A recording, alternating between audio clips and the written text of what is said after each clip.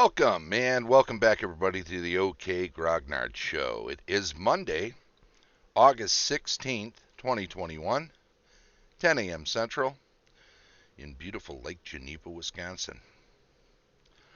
Today, it's kind of a show of opportunity in a sense, sadly. Uh, just this last week, the uh, the gaming industry lost an early leader, Chaosium president. Steve Perrin passed away. He's born in '46, so he wasn't a young guy, and it's not unusual for someone his age to go. But it was a shame, in part because his friend, partner, long-term design associate Greg Stafford had passed away as well. So, business partner and friend of his throughout the years. RuneQuest was one of a handful of early RPGs that gave some serious competition to a still burgeoning Dungeons and Dragons. And Steve Perrin was continuing to work through all the years. Not a guy who was with a company for a little while and then disappeared from the scene or anything, and then came back as things became more popular. He's around for a long time and very well respected and appreciated individual. So it's a real shame. It's a big loss. What he did have, and I was kind of lucky to catch a Facebook post by Kurt A. Rausch, who is a Facebook friend and a GaryCon friend of mine, and he had posted a link, which I think he had picked up from Frank Menser or somebody I think he mentions. So, credit where it's due, as this was getting passed around. It was a link to a page that was called the Perrin Conventions. Discusses Melee round order of action, Melee, and it's from 77 or 78, depending on who you ask or what your research tells you individually. In any event, it was definitely early goings way of handling in-game order of action, who's going first, and not necessarily initiative.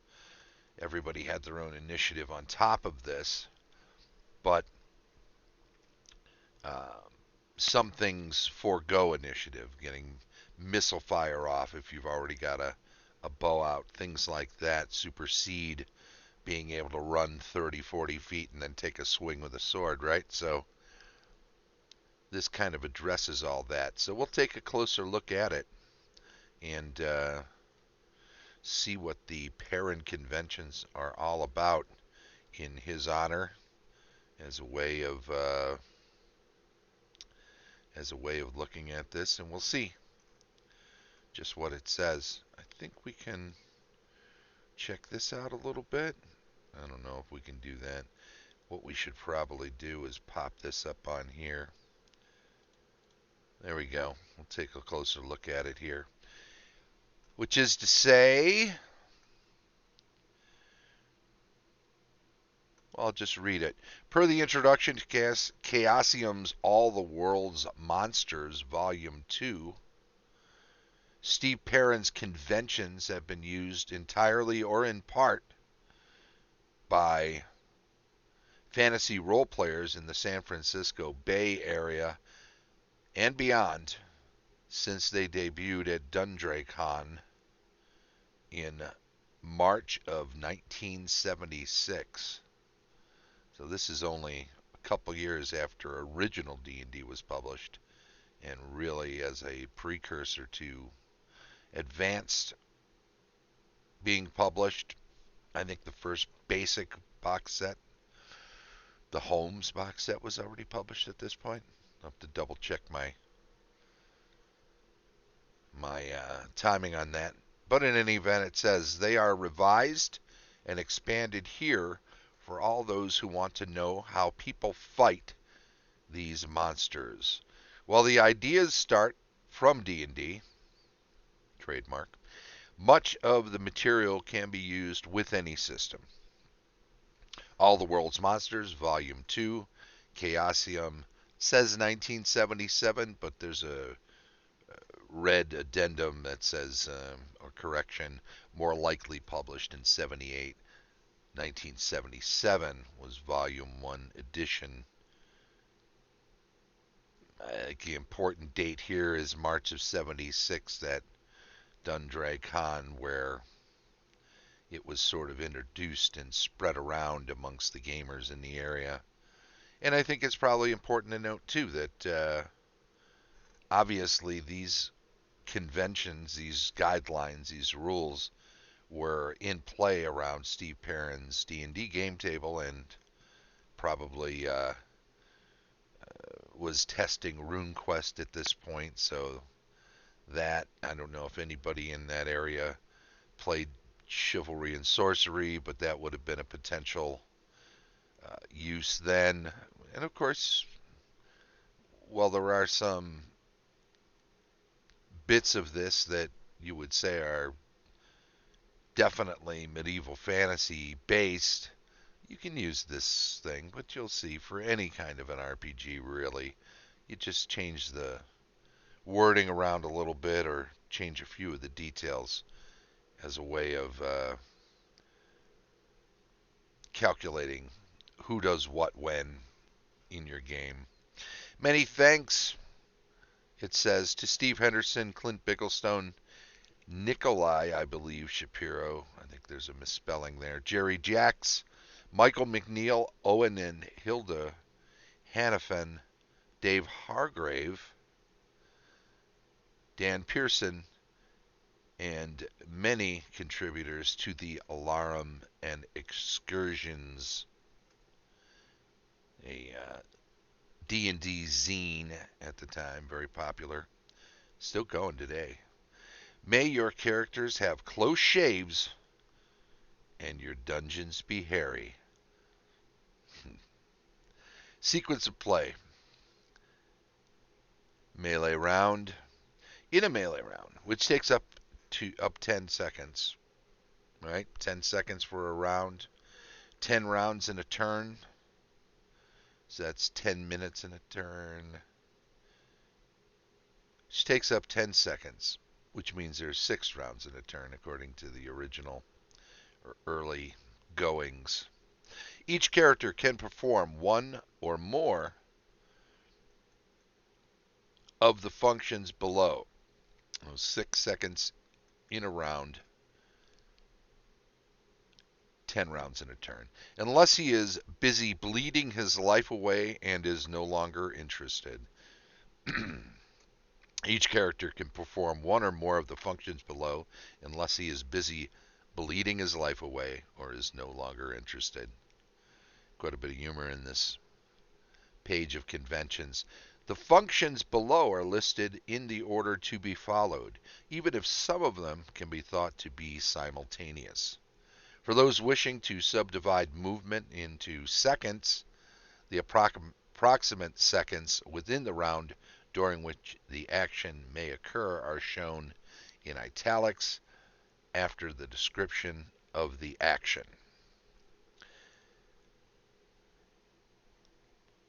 Goes on to say, anyone attempting to use missile or spell when meleeed cannot use them and will strike last in that melee round.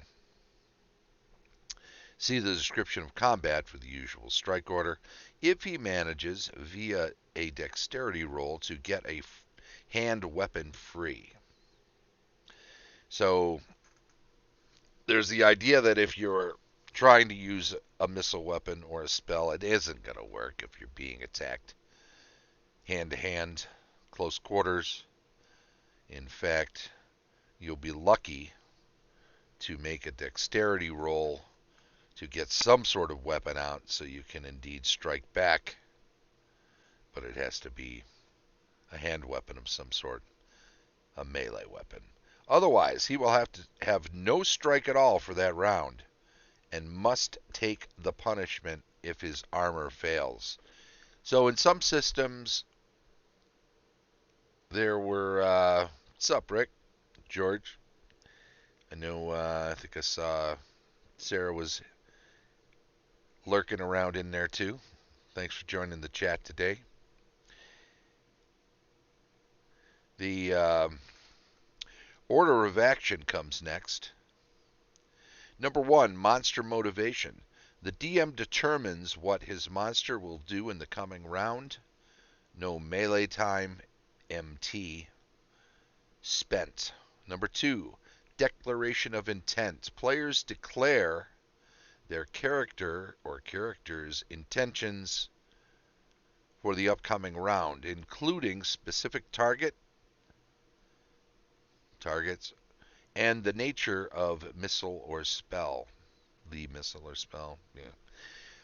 Target can be first one to come through a door, last one in line, etc. Doesn't have to be that third one over there with the torn earlobe. Once declared, the character may follow through or abort, but not change his target or objective. But alternate targets can be chosen as a contingency plan. No melee time spent. So one can say, first one in line, if that one's already down by the time I get to shoot my missile, I will shoot at the next one in line. If the second one through the door is not dead by the time I'm firing, I will fire at the second one through the door, but anyone near the door on the amongst the opponents can be my target if my chosen target is down. Number 3, preparation. The undertaking of something to be completed by the next round or of the end of the current one. By the end of the current one, I think. Involves complicated procedures such as finding a special item in a full pack. Not easy to do, digging through a backpack to find one single thing that may have slipped its way down to the bottom. Changing dissimilar weapons, putting away a bow and pulling out a sword, for instance. Pouring oil in front of the character to make a barricade. Oil and fire, a very popular weapon and defense of choice in early gaming. It should be an activity which will last the whole turn. And when they say turn here, they mean round, not a full 10 rounds. A DM can vary the speed of completion because of various characteristics. 10-second base. And again, they're doing 10-second, 6 rounds.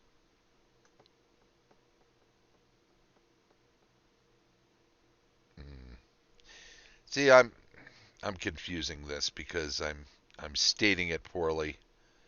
In D&D, 10 rounds in a turn. Each round is a minute. It's divided up into 6 segments. Each segment is 10 seconds. So the terminology in this is a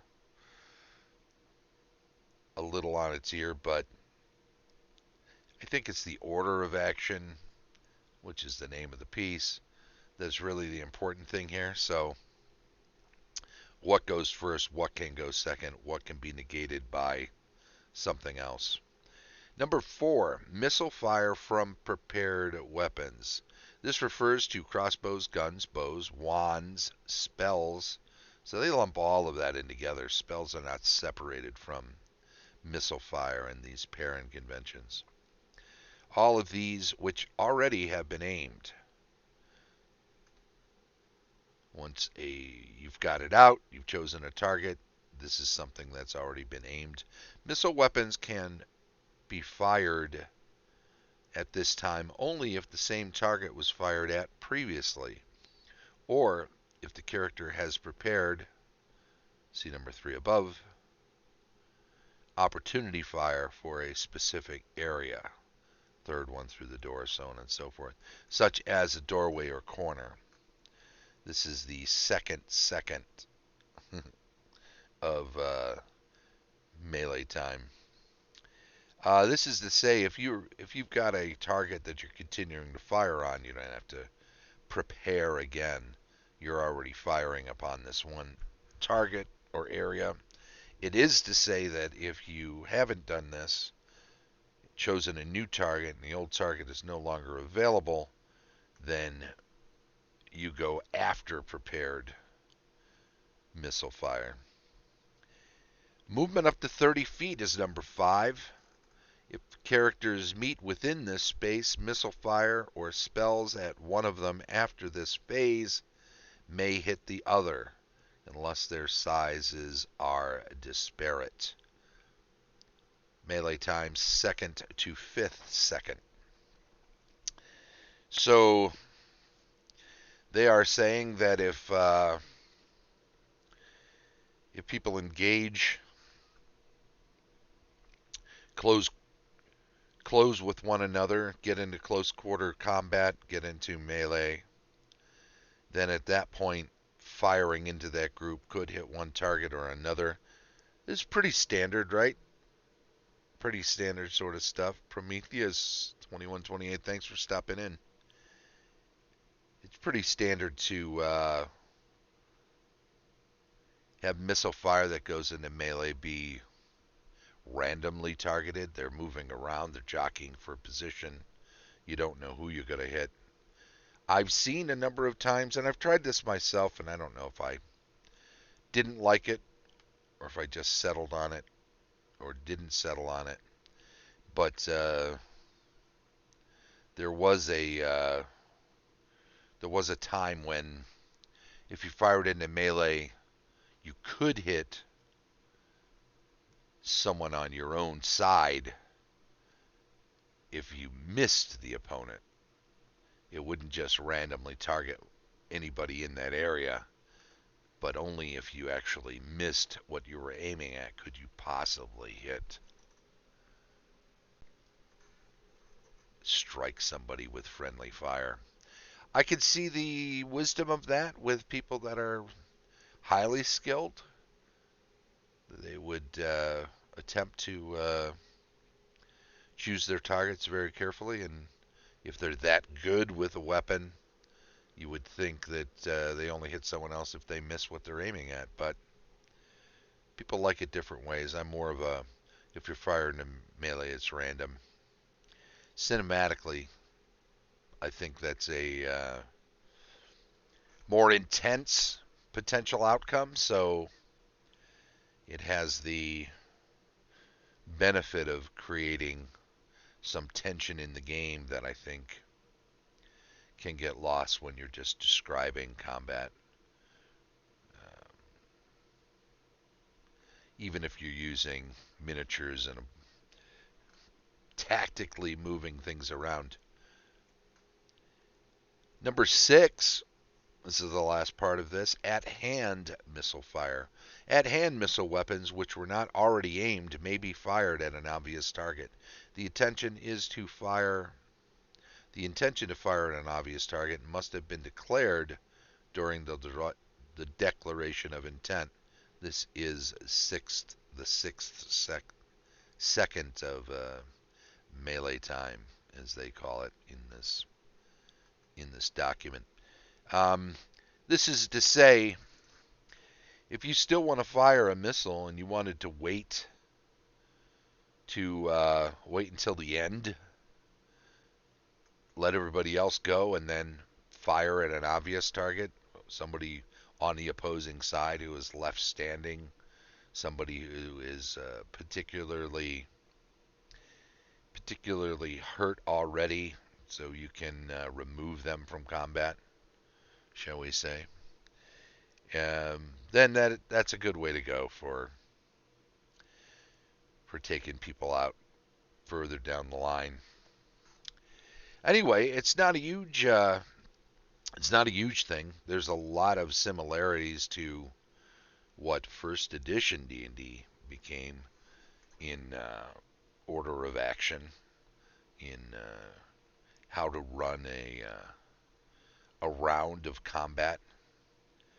Um, Certainly, the declaration of intent is something that used to get a lot more play. I'm just going to slide this over. Could have done that earlier, but I didn't.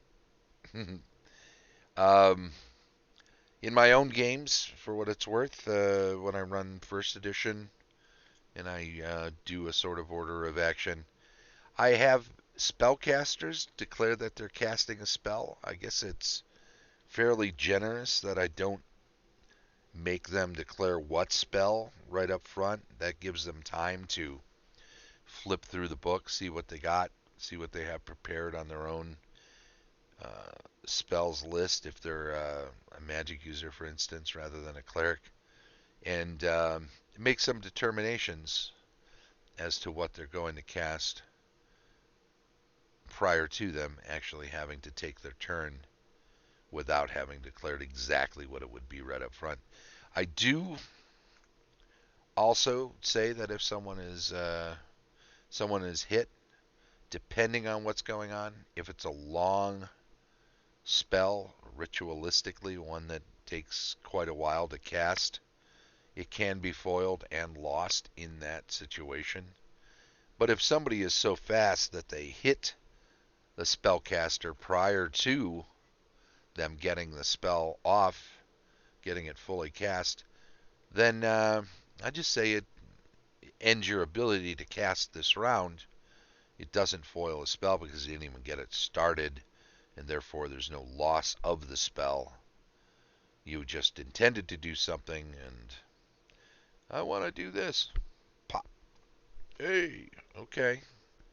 I guess I'm not going to do that. So, it ends before it starts. Obviously, if you're faster than your opponent and you're casting a spell and it's a quick, instantaneous type of spell, then you get the spell off and all good for you. So, declaration of intent, I limit to are you casting a spell or not? And then we go through a lot of the rest of it.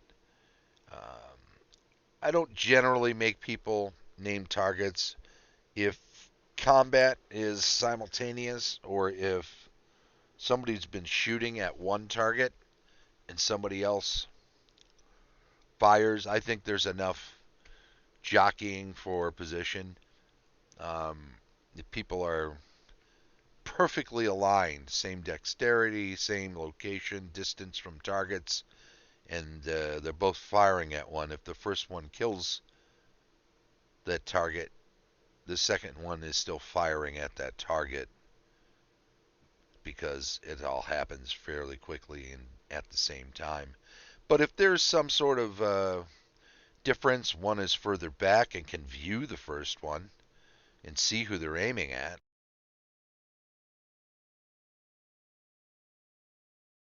or if, for instance, somebody's just so much quicker than the other person, I'd let the second person change targets if the first target is no longer available, just as a matter of course. It doesn't seem fair to, if you're not going to break everything down moment by moment, second by second, it doesn't seem fair to punish player characters for uh, for a lack of foresight to switch targets or whatever, which they would naturally do. So whatever moves combat along is always a good thing in my eyes. Anyway, that's about it for the time today. Thank you to everyone who popped into the chat today during the show. It's greatly appreciated. For those who don't know, this is being streamed on Twitch Mondays at 10 a.m. And we do that here. And if you do come check out the show, then please, by all means, follow the Twitch channel and jump into the chat and say hello. Thanks, Sarah. Appreciate that. We stream the show live on Twitch each Monday at 10 a.m. Central, and then it is archived on YouTube. Lots of old shows on there. Lots of me blathering on. You may enjoy this kind of stuff if you're a gamer who plays First Edition or something adjacent or near to First Edition. Then I think you'll find some value in what I do. But otherwise, just come around for the enjoyment of my speaking voice, I suppose. I don't know. Anyway, I think the point being that once it's up on YouTube, you can go check it out and check out the archives there. Definitely subscribe to the channel and click the little bell so you get updates whenever a new episode is uploaded. If you watch and enjoy an episode, please click the thumbs up. I'd appreciate that. Feel free to make comments if there's something you enjoyed about the show and something you'd like to chime in with, then please do that as well. We're always happy to see more comments and whatnot. This has been the OK Grognard Show from beautiful Lake Geneva, Wisconsin. Have a great, great week. Catch you next Monday. Bye-bye.